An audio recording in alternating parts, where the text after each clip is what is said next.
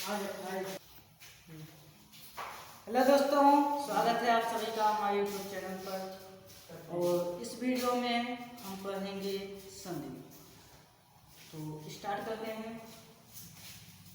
संधि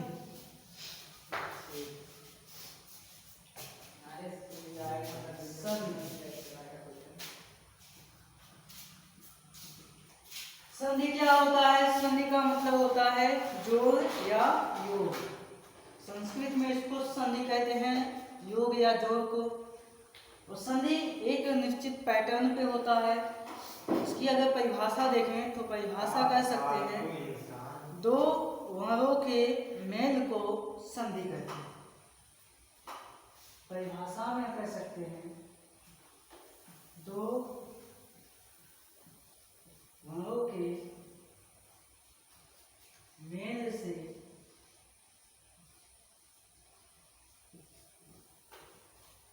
प्राप्त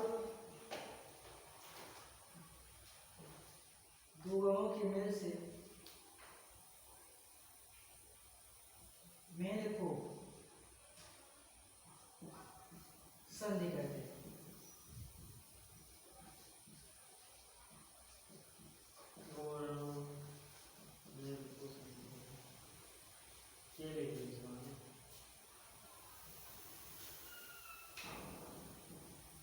दो वर्णों के मेल को संधि कहते हैं। लेकिन दो वर्णों का मेल कैसा होना चाहिए? दो वर्णों का मेल ऐसा हो कि इनमें क्या हो जाए, परिवर्तन हो जाए।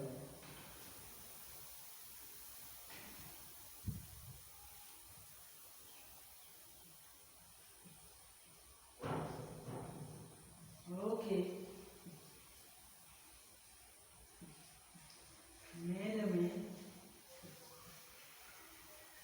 परिवर्तन या विकार होना आवश्यक है।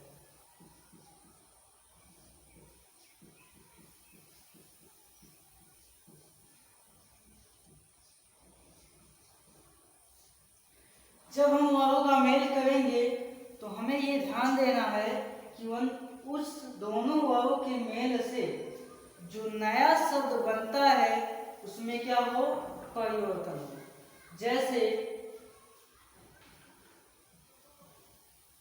जैसे परमार्थ, इसको हमें यदि अलग करें, परम प्लस अर्थ। अब इसमें दो शब्दों का मेल है। मेल हमेशा कैसे होता है संधि में? प्रथम शब्द का अंतिम वर्ग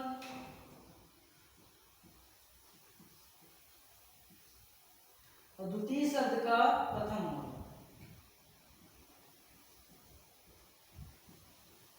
हमेशा केवल संधि इन्हीं दोनों वर्गों के बीच में होती है।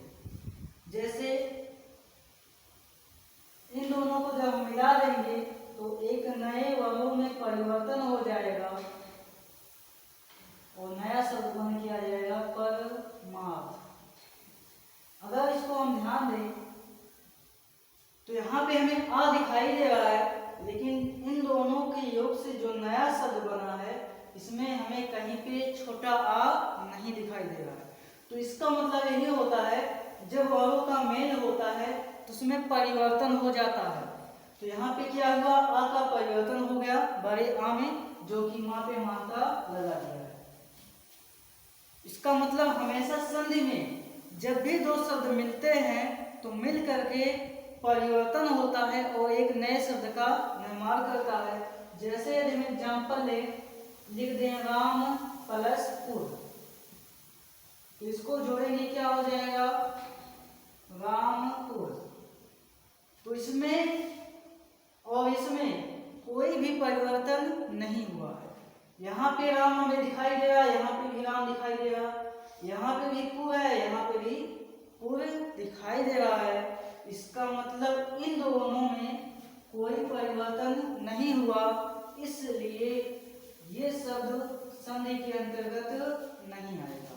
तो याद रखना है संधि केवल वही हो सकता है जिसमें शब्दों की मेल में परिवर्तन उत्पन्न हो, विकार उत्पन्न होता हो।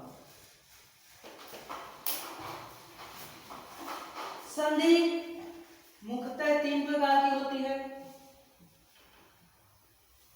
एक होता है स्वर संधि,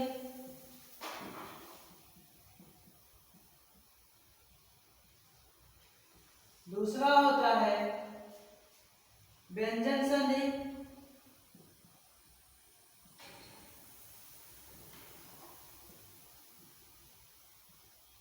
और तीसरा होता है विसर्ग संधि।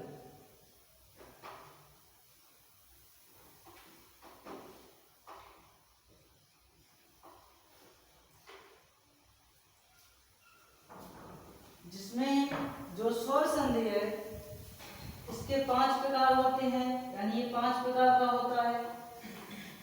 जैसे इसमें एक होता है प्रथम दीर्घ स्वर संधि।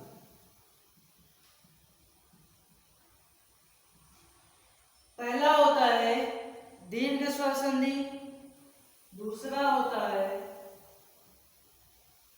यह संधि, यह स्वर संधि, तीसरा होता है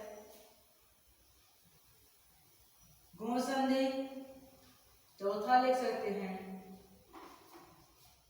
अयादि संधि, और पांचवा लिख सकते हैं वृद्धि संधि।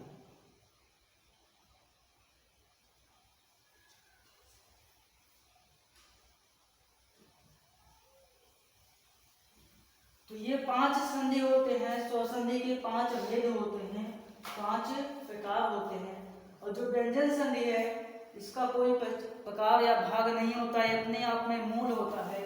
इसी प्रकार विसर्ग संधि है, ये भी अपने आप में एक मूल रूप है, इसका कोई विभाजन नहीं हुआ। तो सबसे पहले अब हम स्टार्ट करेंगे क्या स्वर संधि। स्वर संधि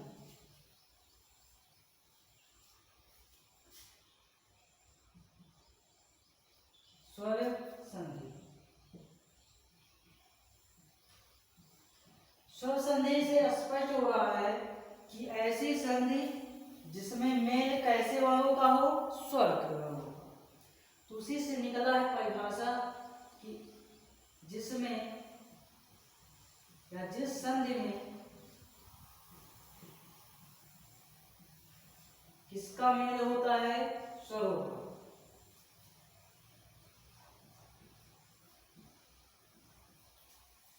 मेल होता है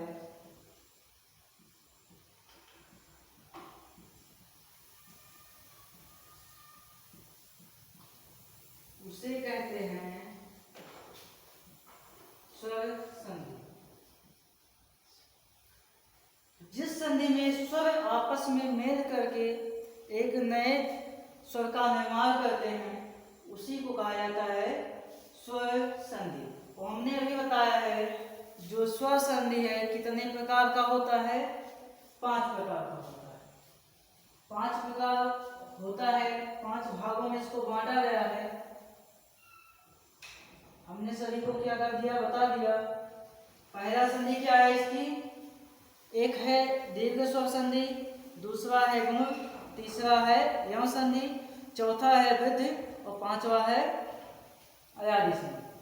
तो सबसे पहले हम स्टार्ट करेंगे कौन सी संधि, दीर्घ संधि। पहले कौन सा स्टार्ट करेंगे, दीर्घ स्वर संधि।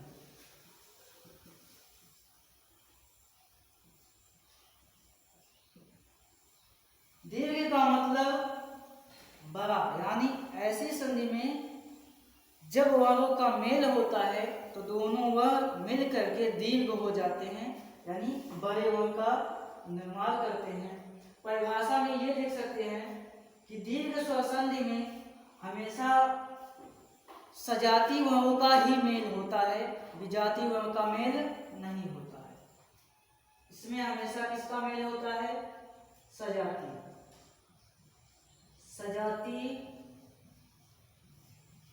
वर्णों के मेल को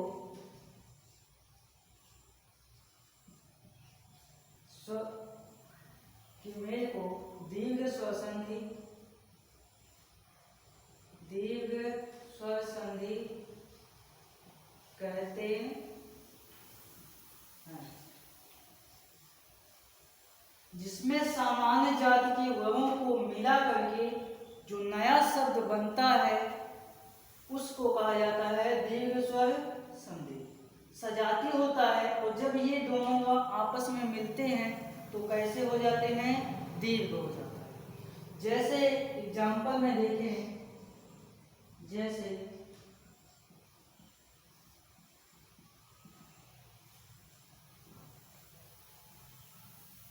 छोटा आ, बड़ा आ, कितने स्वर होते हैं, 11। तो इसमें हम देखेंगे कौन सजाती है और कौन बेजाती है। ओ और औ, ये होते हैं इसके 11 स्वर। इन्हीं 11 स्वरों में हमें ये देखना है इसमें कौन सा सजाती है और कौन सा विजाती है, क्योंकि दीर्घ स्वर संधि केवल उस स्वर पे लागू होगा जिसमें कैसा हो, सजाती हो। जैसे इन दोनों का एक जो बड़ा, छोटी, बड़ी, छोटा, बड़ा, री, ए, आई, ओ और औ। तो ये 11 स्वरों में हमें ये चेक करना है कि कौन से वर्ण सजाती है। जैसे हमें पता है ये दोनों एक ग्रुप में आते हैं, ये दोनों अपने ग्रुप में आते हैं, ये दोनों अपने ग्रुप में आते हैं, ये दोनों इस ग्रुप में आएंगे, री अकेला होता है। हमने सबसे पहले पढ़ा था जो बड़ा आ है ये किससे मिलकर बना है, ये मिलकर बना है छोटा आ प्लस छोटा आ से। इन दोनों के योग से क्या बना है, बड़ा आ। इसका मतलब इस वर्ण का, इस स्वर का भी जो निर्माण हुआ है किन स्वरों से हुआ है, एक ही स्वर से सामान्य जाति की। ये छोटा है, ये भी क्या है, छोटा है, यानी इन दोनों की जाति कैसी है, समान है, इसलिए ये कैसा कहलाएगा, सजातीय स्वर कहलाएगा। तो ये दोनों किसमें आ गए, सजातीय। इसी प्रकार अगर हम छोटी ई और बड़ी में चेक करें तो दीर्घ को लिया जाता है, तो छोटी ई प्लस छोटी ई दोनों को ऐड करेंगे तो किसका निर्माण होगा, बड़ी ई का। और इसमें भी क्या हमें दिख रहा है, ये भी एक ही जाति का है, जिस जाति का ये है, दोनों की जाति कैसी है, सामान्य जाति की है, सजाती जाति है, इसलिए ये भी किसके अंतर्गत आएगा, सजाती के अंतर्गत आएगा। उसी प्रकार इसको चेक करेंगे तो छोटा ओ और छोटा ओ दोनों से क्या मिलकर बना है, बड़ा ओ। तो ये भी दोनों क्या है, सामान्य जाति के हैं, इसलिए ये कैसा होगा, सजाती होगा। लेकिन जो री है ये किसी से मिलकर बना ही नहीं है, इसका ग्रुप ही अलग है, इसलिए ये सजाती के अंतर्गत नहीं आएगा। यदि इसको हम चेक करें तो हमें पता है स्वरों के विभाजन में हमने बताया था कि सजाती क्या होते हैं, विजाती क्या होते हैं। तो जो ए बना है ये बना है आ प्लस ई से मिलकर। जब आ का मेल ई से होता है तो बनता है ए। तो यहाँ यदि हम ध्यान दें तो ये आ अलग स्वर है, ई एक अलग स्वर है, यानी सामान्य जाति के नहीं है, इसलिए अलग जाति के हैं, तो इनको कहा जाता है विजातीय स्वर, इसलिए ये इसके अंतर्गत नहीं आएगा। ऐसे ए भी होता है, अगर उसको चेक करें तो आ प्लस बड़ी ई कर देंगे तो क्या हो जाएगा, ए। अगर हम ओ को चेक करें तो ओ किससे मिलकर बना है, छोटा आ में यदि हम छोटा ओ जोड़ देते हैं तो क्या बन जाता है ओ। इसी प्रकार यदि छोटा आ में हम बड़ा उ जोड़ देते हैं तो क्या बनता है औ। तो इन दोनों में इनकी जाति अलग अलग दिखाई दे रही है, इसका मतलब ये अलग जाति के हैं, विजातीय स्वर हैं, तो ये भी इसके अंतर्गत नहीं आएगा। तो दीर्घ स्वर संधि के अंतर्गत केवल किन स्वरों का मिलान होगा, ये तीन स्वरों का, तीन ग्रुप के स्वरों का। इसलिए इस पूरे दीर्घ स्वर संधि में केवल ये तीन नियम आता है। तो ये हो गया फर्स्ट, ये हो गया सेकंड और ये हो गया थर्ड। तो सबसे पहले हम स्टार्ट करेंगे दीर्घ स्वर संधि के प्रथम नियम को।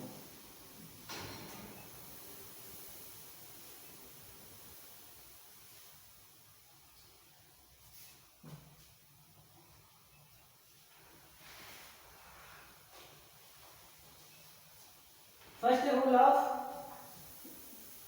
दीर्घ संधि, दीर्घ स्वर संधि। इसका फर्स्ट रूल होता है, प्रथम नियम क्या है कि यदि आ प्लस आ या बड़ा आ के बाद यदि छोटा आ या बड़ा आ जाता है तो किसका निर्माण करेगा, बड़े आ का। यहाँ छोटा आ बड़ा आ दोनों आया है, कहने का मतलब ये हुआ कि यदि छोटा आ का मेल होगा छोटा आ से, छोटा आ का मेल होगा छोटा आ से, तो क्या बनेगा, तब भी बनेगा बड़ा आ बनेगा। या तो इस छोटा आ का मेल होता है बड़ा आ से, तो भी क्या बनेगा, बड़ा आ बनेगा। छोटा आ का मेल बड़ा आ से, या बड़ा आ का मेल छोटा आ से होता है, यदि बड़ा आ का मेल छोटा आ से होता है तब भी रिजल्ट क्या आएगा, ये आएगा। या तो बड़ा आ का मेल बड़ा आ से ही होता है तब भी रिजल्ट क्या आएगा, दीर्घ आएगा, दीर्घ आ। तो इन सभी ये जो चार रूप है इसको हमने एक रूप में रख दिया। तो इसका मतलब यही होता है कि यदि इनमें से कोई भी वह आपस में मिलते हैं तो दीर्घ आ में दीर्घ में बदल जाता है। जैसे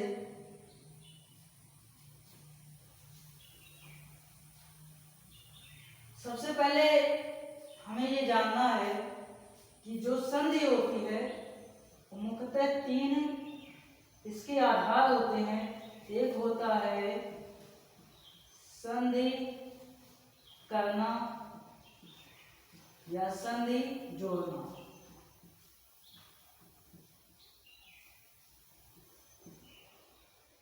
एक होता है संधि करना या संधि जोड़ना, दूसरा होता है संधि तोड़ना या कह सकते हैं संधि विच्छेद।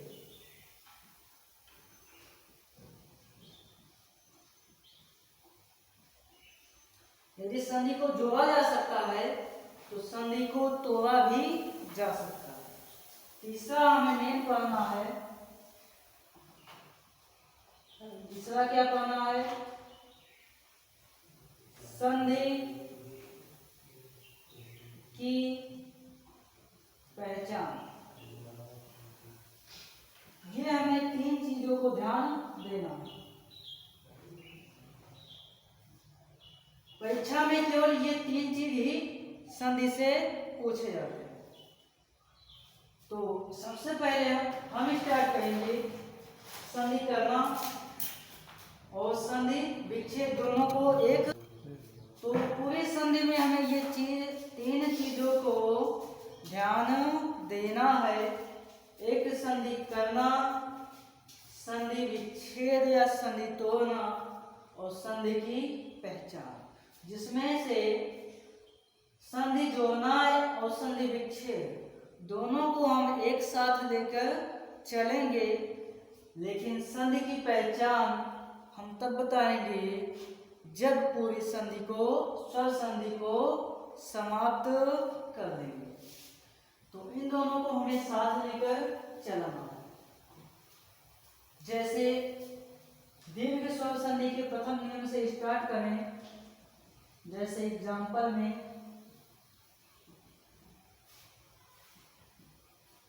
जैसे कह दें पर, परम, धन, अर्थ। यहां समझना है बहुत ही ध्यान से, किसी भी संधि को अगर हमें ऐड करना है तो सबसे ज्यादा जरूरी ये है, हमें ये पता होना चाहिए कि शब्दों को कैसे खोला जाता है। तो शब्दों को खोलना हमें जरूर आना चाहिए, क्योंकि इसी के माध्यम से संधि कंप्लीट होता है। जैसे यदि हमें शब्दों को खोलना हो, अभी सपोज दैट संधि को भूल जाइए। जैसे एक शब्द लेते हैं, चलो किताब लेते हैं, तो इसको हमें खोलना है। तो कैसे खोलेंगे? सबसे पहले क्या लिखेंगे? का लिखेंगे। का पे छोटी ई की मात्रा है, जब ई की मात्रा हम यहाँ ले आएंगे तो क्या का पे क्या लगा देंगे? हलन। इसके बाद आता है क्या? ता। ता पे बा आ का मंत्र है, जब इस बा आ का मंत्र ता से निकाल लेंगे तो ता पे क्या लगेगा? हलन। इसके बाद बा है, बा में कोई मात्रा जब नहीं होता है तो इसमें क्या छुपा है? छोटा आ छुपा है। तो इसी प्रकार शब्दों को खोला जाता है। यहाँ ये हमें सुविधा प्रदान करेगा, इसकी एक महत्वपूर्ण भूमिका है संधि में। अगर हमें संधि के बारे में कुछ ना पता हो तो हम बहुत ही बेसिक से संधि को एक एक वर्णों को तोड़ करके आगे बढ़ेंगे। हमें पता है वर्णों का मेल कैसे होता है। प्रथम शब्द का अंतिम वर्ण और द्वितीय शब्द का प्रथम वर्ण, केवल मेल इन्हीं दोनों में होता है। जैसे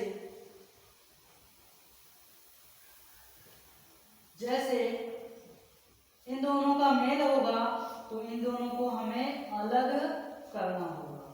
तो हम पर को वैसे रहने देते हैं, माँ को क्या करते हैं? अलग कर देते हैं।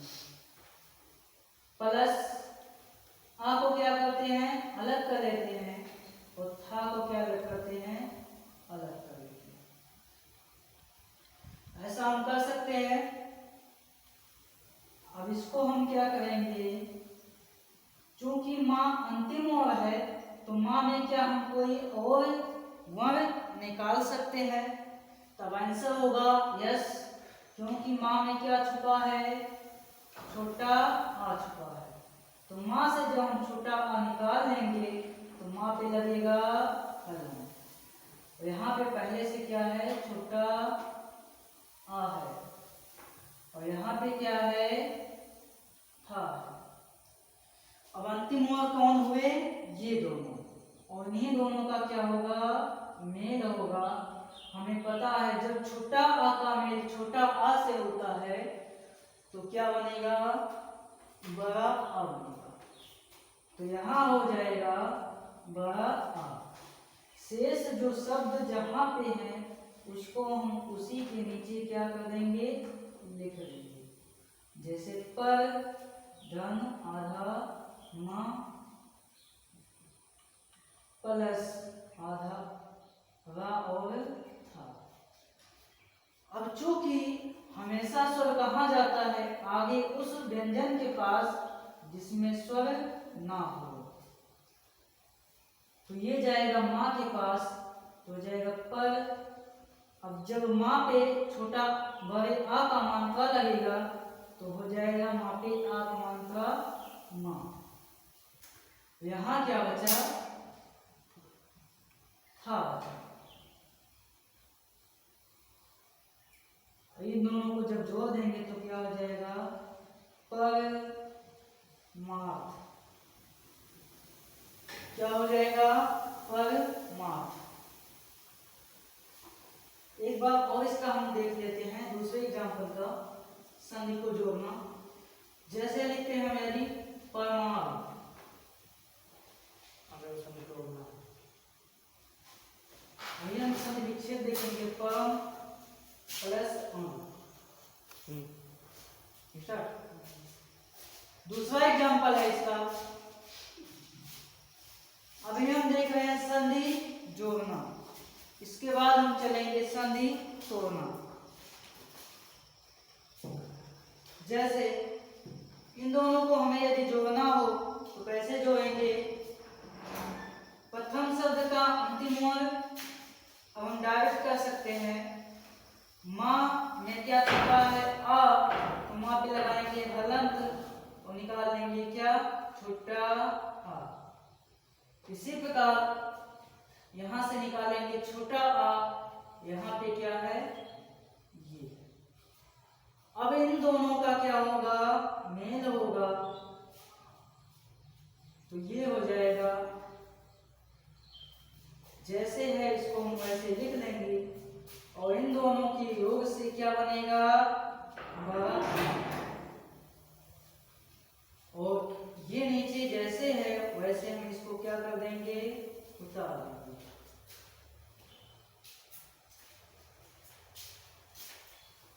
इन तीनों को हम कैसे क्या करेंगे? जोड़ देंगे। ये छोटा आ का मंत्र माँ के पास जाएगा तो माँ पे लग जाएगा बड़ा आ का मंत्र, हो जाएगा परमा, और ये इसको जोड़ देंगे तो हो जाएगा पर माँ। तो इस प्रकार से शब्दों को जोड़ा जाता है।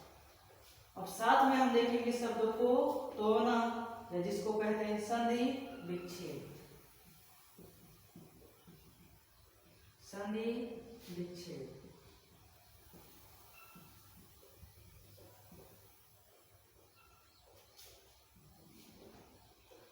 जैसे ये है संधि जोड़ना, अब यहाँ पे हम देखेंगे संधि का तोड़ना। जैसे परम का है, क्या आ गया? परमार्थ। परमार्थ। अब इसको हम कैसे तोड़ेंगे? हमें सबसे पहले इसमें चेक करना है कि इसमें बड़ा आ दिखाई दे रहा है या नहीं। जहां पे हमें बड़ा आ दिखाई देगा हम वहीं से शब्दों को तोड़ेंगे, क्योंकि ये दीर्घ संधि है और दीर्घ संधि में केवल क्या होता है? बड़ा आ होगा या बड़ी ई होगा या होगा छोटा बड़ा आ। इन तीनों में से जो हमें दिखाई देगा हम वहीं से उस शब्द को तोड़ेंगे। तो इनमें से हमें यहाँ पे दिखाई दे रहा है, इस पे लगा है क्या? बड़े आ का मान का, इसलिए हम शब्द को यहीं से तोड़ना स्टार्ट करते हैं। तो यहाँ पे क्या लिखेंगे? पर माँ में से जब बड़ा आ की मात्रा हटा लेंगे तो ये हो जाएगा आधा माँ। यहाँ बचेगा केवल क्या? यहाँ से जब बड़ा आ की मात्रा हटाएंगे तो ये निकल के आ जाएगा यहाँ पे, और यहाँ पे क्या बचा है? था और बचा।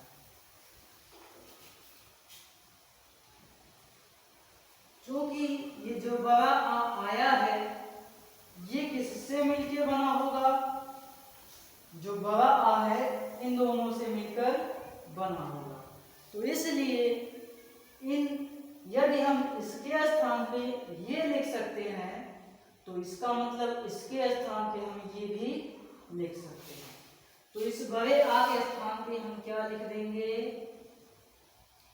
ये जैसे है वैसे रहेगा, इस केवल बड़े आ के स्थान पे हम क्या लिख सकते हैं, किससे मिलकर बना है ये मिलकर बना है छोटा या बड़ा आ प्लस छोटा आ या बड़ा आ।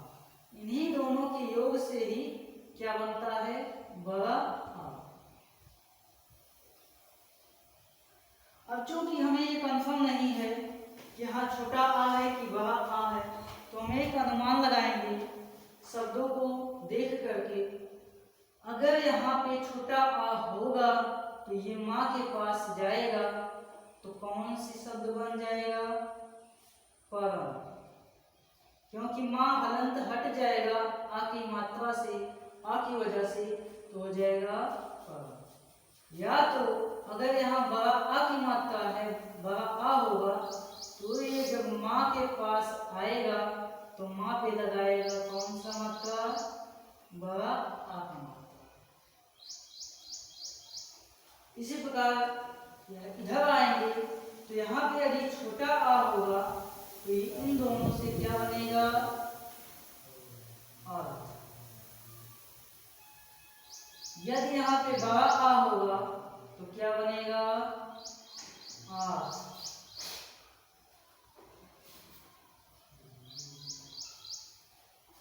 अब इन दोनों में से कौन सा शब्द सही है या कौन सा शब्द गलत है, उसका हमें चुनाव करना पड़ेगा।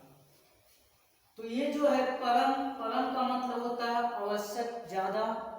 तो ये एक शब्द है, जबकि परमा कोई शब्द नहीं होता। इसी प्रकार अर्थ का एक अर्थ होता है, जैसे किसी का हम मीनिंग कहते हैं, उसका मान क्या होता है, उसको कहा जाता है अर्थ। लेकिन अर्थ का कोई मतलब नहीं होता है। तो शेष जो बचेगा, क्या बचेगा, परम प्लस अर्थ। तो ये क्या हो जाएगा, संधि विच्छेद। तो परमार्थ का संधि विच्छेद क्या होगा, परम प्लस अर्थ। इसी प्रकार से संधि का विच्छेद या संधि को तोड़ा जाता है। लेकिन दोस्तों, हमें यहाँ पे ये कैसे पता चले कि कौन सा शब्द सही है या कौन सा शब्द गलत है, तो उसके लिए हमें क्या करना होगा, सबसे ज्यादा शब्द शुद्धि को पढ़ना पड़ेगा। शब्द शुद्धि के बहुत सारे शब्दों को याद करना पड़ेगा, तभी हम पता लगा सकते हैं कि कौन सा शब्द शुद्ध है, कौन सा शब्द अशुद्ध है।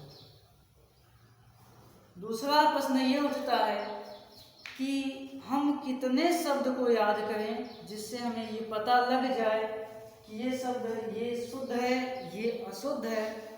तो उसके लिए हमें क्या करना पड़ेगा कि हम जितना भी संधि विच्छेद बताएंगे, सभी संधि विच्छेद को तैयार कर लेना है, याद कर लेना है।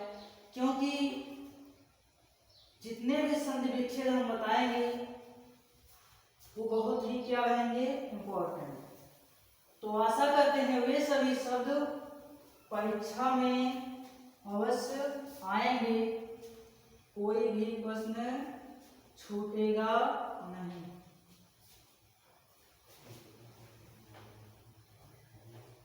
इसीलिए जब हम सभी संधि को पढ़ा लेंगे तो उसमें सबसे लास्ट वाला संधि का होगा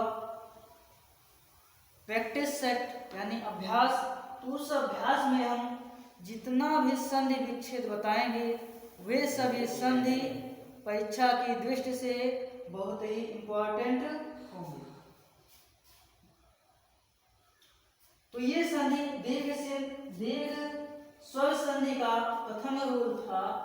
अब हम बढ़ेंगे दीर्घ स्वर संधि के सेकेंड रूल। इसका सेकेंड रूल क्या है कि जब छोटी ई या बड़ी ई का मेल किससे होता है, छोटी ई या बड़ी ई। क्योंकि दीर्घ संधि में क्या होता है, सामान्य जाति के भाव का मेल होता है। इन दोनों से मिलकर क्या बनेगा, बड़ी ई बनेगा।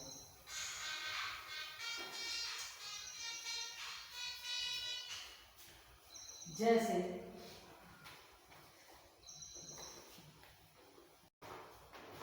तो प्रथम शब्द का अंतिम और द्वितीय शब्द का प्रथम और, तो इसको जब हम खोलेंगे तो का और पा को पा में से हम क्या निकालेंगे, छोटी ई की मात्रा, तो पा पे लगेगा पलंग। इसमें से हम कौन सी मात्रा निकालेंगे, छोटी ई प्लस, इसमें से निकालेंगे हम छोटी ई प्लस, क्या बचेगा, आधाना और द बचेगा। अब इन दोनों वर्गों का मेल होगा तो क्या बन के आएगा, बड़ी ए। शेष शब्द जहां पे जैसे हैं उसको हम वैसे लिख देंगे।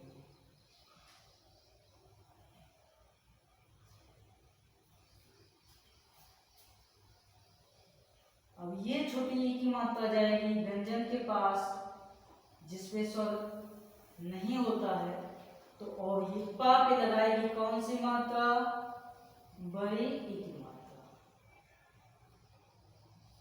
प्लस आधाना और वा। इन दोनों को ऐड करेंगे तो क्या मिलके बनेगा, कपिन। तो इस प्रकार से संधि को आसानी से कर सकते हैं। ये संधि करना या जोड़ना हो गया। अब सेम इसी का हम बताते हैं संधि विच्छेद या संधि तोड़ना। जैसे ये लिखा है कपिंद, तो हम संधि कहां से तोड़ेंगे, जहां पे हमें क्या दिखाई दे, बड़ी ई। जहां पे बड़ी ई दिखाई देगा हम वहीं से संधि को क्या करेंगे, तोड़ देंगे। जैसे इन शब्दों में हमें बड़ी ई कहाँ दिखाई दे रहा है, पा पे, तो हम पा से इस बड़ी ओ को निकाल लेंगे। तो जब निकालेंगे पा में तो पा को लगाएंगे हलंत, और जब इस पा से बड़ी ई की मात्रा निकालेंगे तो यहाँ पे लिख देंगे। इसके बाद से शब्द जो बचा है उसको भी क्या कर देंगे, लिख देंगे।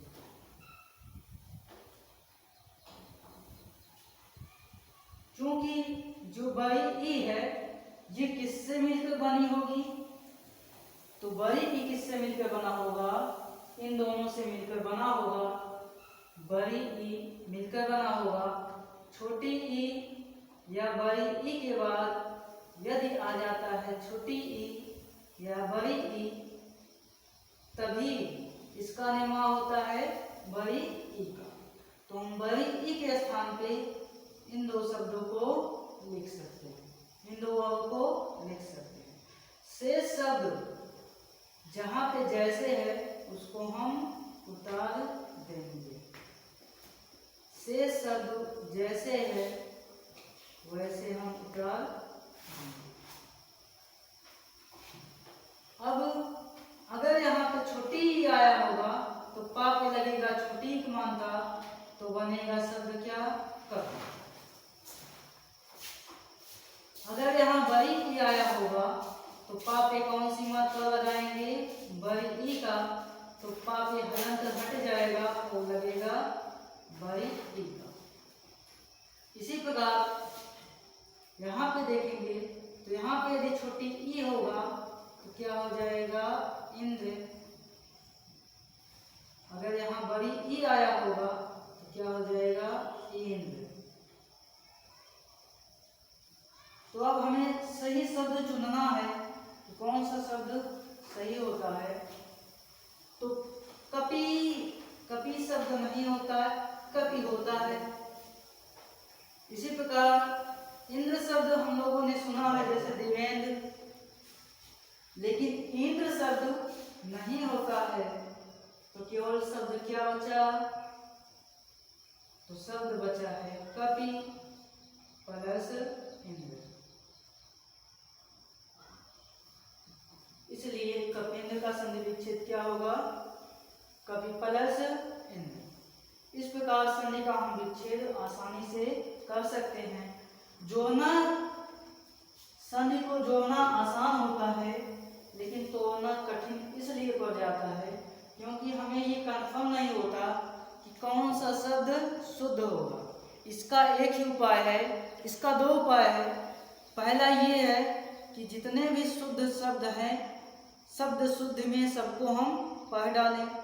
दूसरा उपाय ये है कि हम अधिक से अधिक संधि विच्छेद को तैयार कर डालें।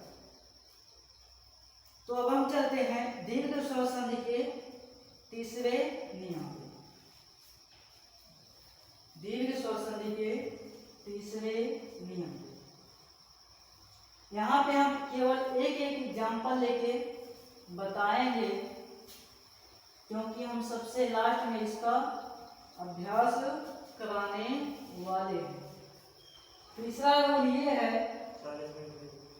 कि जब छोटा ऊ का बड़ा ऊ के बाद यदि छोटा ऊ या बड़ा ऊ आता है तो किसका निर्माण होता है? बड़ा ऊ का।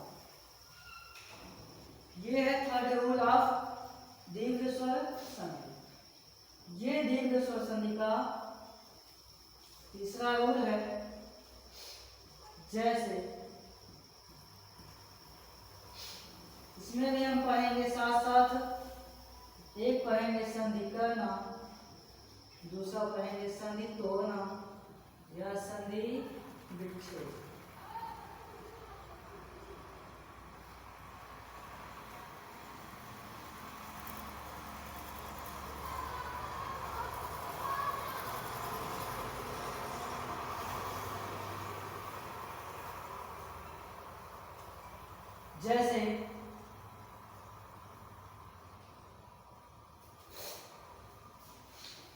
जैसे एग्जाम्पल है,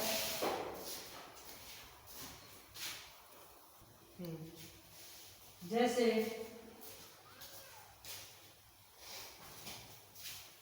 भानुदय, भानु प्लस उदय।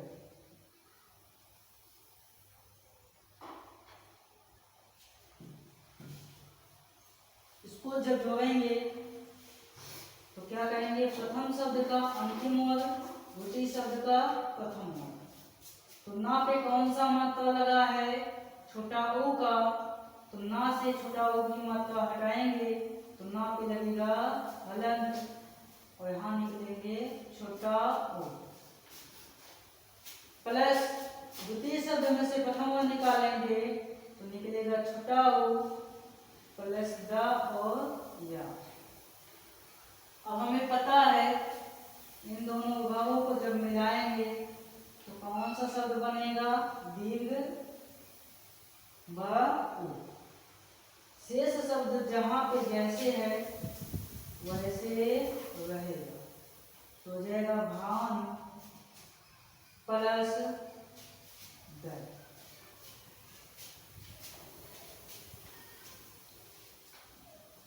अब ये बड़ा ऊ की मात्रा जाएगा ना के पास और ना पे लगाएगा कौन सी मात्रा? बड़ा ऊ की मात्रा, तो जाएगा भान। ये जो दय है यहाँ पे जुड़ जाएगा तो दोनों मिलकर क्या हो जाएगा? भानु दय। अब हम देखेंगे संधि को तोड़ना यानी संधि विच्छेद। जैसे यही लेते हैं एग्जाम्पल में भानु दय।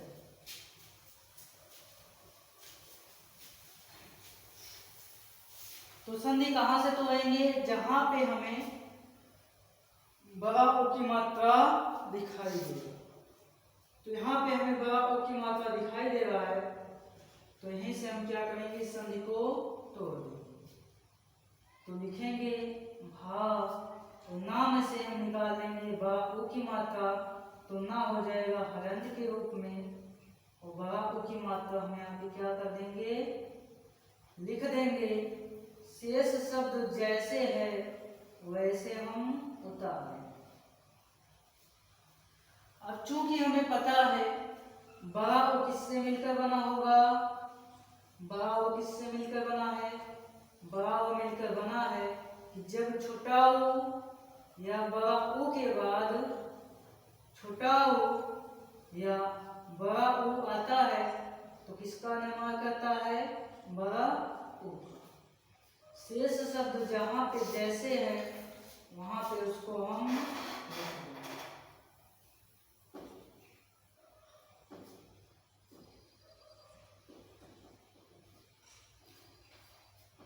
अब यदि ये छोटा ऊ यहाँ पे आया होगा तो ना पे लगेगा छोटा ऊ की मात्रा तो हो जाएगा भानु।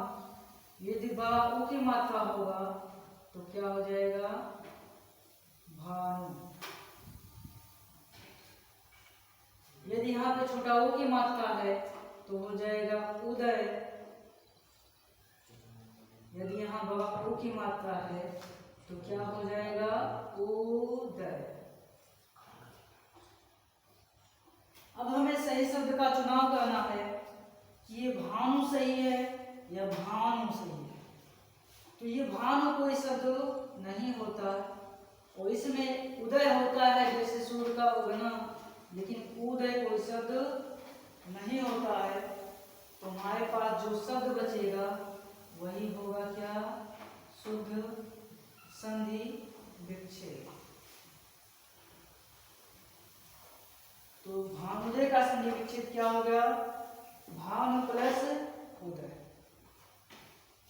तो ये दीर्घ संधि समाप्त होता है।